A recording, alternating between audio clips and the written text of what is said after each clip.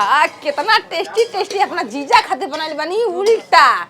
आए कहे ना ये साली आई ना तो हमरा के मुर्गा मछली मत खियाई अपना हाथ के बना के उल्टा खियाई ना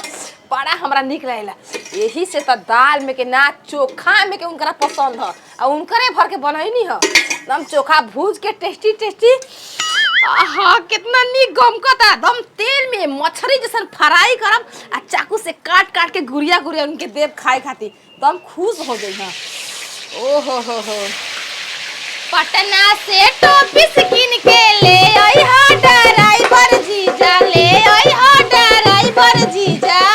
आला शहर से उठा लाली साली से है कहब एक हाथ से बाजेला ना ताली साली से है कहब।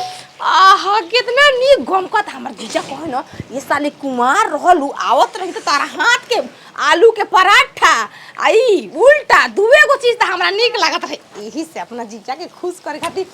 बढ़िया से फ्राई क के आ काट के दे देम सलाद काट देम और कोनिया के कह देनी हो ये कोनिया हमर जीजा है उतना तहार ससुर आ पीस दो चटनी आ काहे के खंगा न तो नाम करे के हां तो जाए न तो साली हमर मुंह दम हथेली पर रखेली नीमन से तन चटक पीसिया दुगो मरचा बढ़ा के कोनिया ओ सुन मरिचा के चोटनी हम होई तोहार धर्म पोतनी लोग सुन मरिचा के चोटनी हम होई ए जान धर्म पोतनी खाए की हो हमें सास बनावते हमरा के एक खाते रानी तहारा खाते बनावते तो बे हम पीसत हई हमरा खाते ना बनती तो हम पीस देती का उनको चटनी उतनी कितना निक लागत है टमाटर की चटनी धनिया के कि हमसे भंगिया ना पीसाई गोरेस के पापा नहीं हो जात बानी तकबो भसरो हमरा घरे उल्टा बनत तार घरे बनत होई का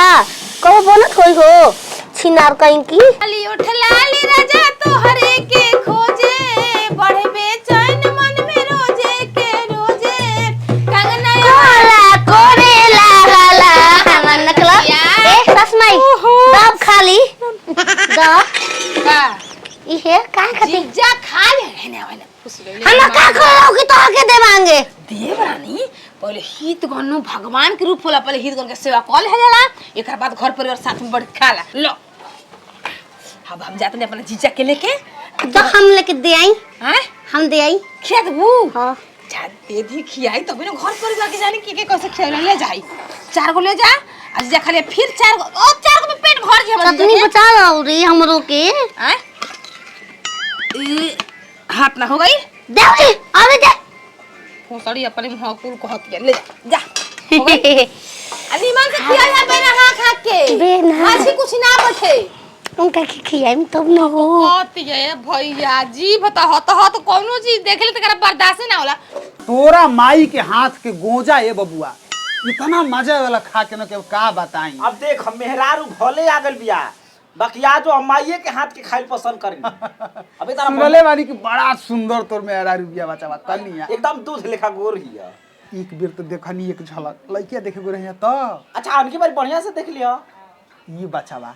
का सोकरे हाथे खाना खिवा देता हमरा के। अच्छा हमारा मेहरारू हाथे ले ले बारी 500 रुपया दे देबो करा के अब मौसा पैसा के मका बात बा ना ना पहिल बेर खइया एकदम हमारा मेहरारू के हाथे तू खा तो देख न बबुआ भेजवा अबे हम जाता नहीं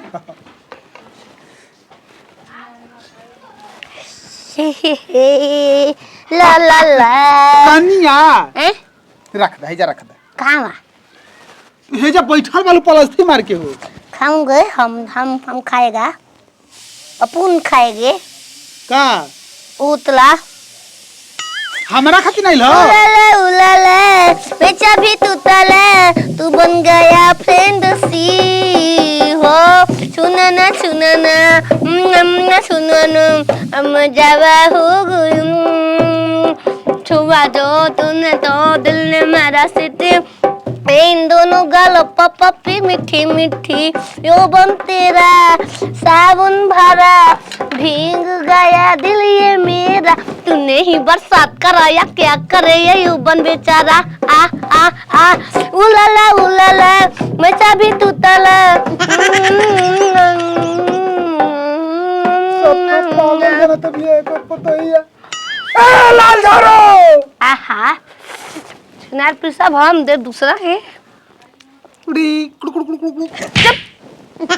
गबड़ा कह के कहता हम कुड़कुड़ कुड़कुड़ कहले हई हिको हम जानले हई हिको तोर माई करे का जीजा हम बोले जाने नी तो उतर ले बानी हाय रउआ काहे ओके देले बन जीजा हम दले बानी खुदे लिया के खाती है गाना गावती है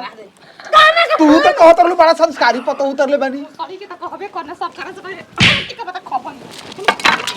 ओय तो दे मेरा बिया से बुआ से पहला पहली स्वागत बा लेकिन घर में ई का हाय पहले मिठाई हां हाय पहले खा छिना हां छिना हाय खाई ना छिने झूठ कर देले जीजा ऐसे डरा दर झूठ हो मिठाई ऐसा हम चारू हम खाई ये भूस मिठाई है। चारू हम खाई ब्लैक दे भरे का मुन्ना रिया के दे बियाह के अपना के बियाई वो ये जे रुक छिने रो कतना सब अपना जीजा खा सब आहा कितना चौरठ पीस के बनल हो और कनिया खाना तो के मुबारक और आज के बाद तोहर जीजा कबो गोजा खाए ना ये बोसड़ो ए जीजा रुको बखा हो तोर ससुर आई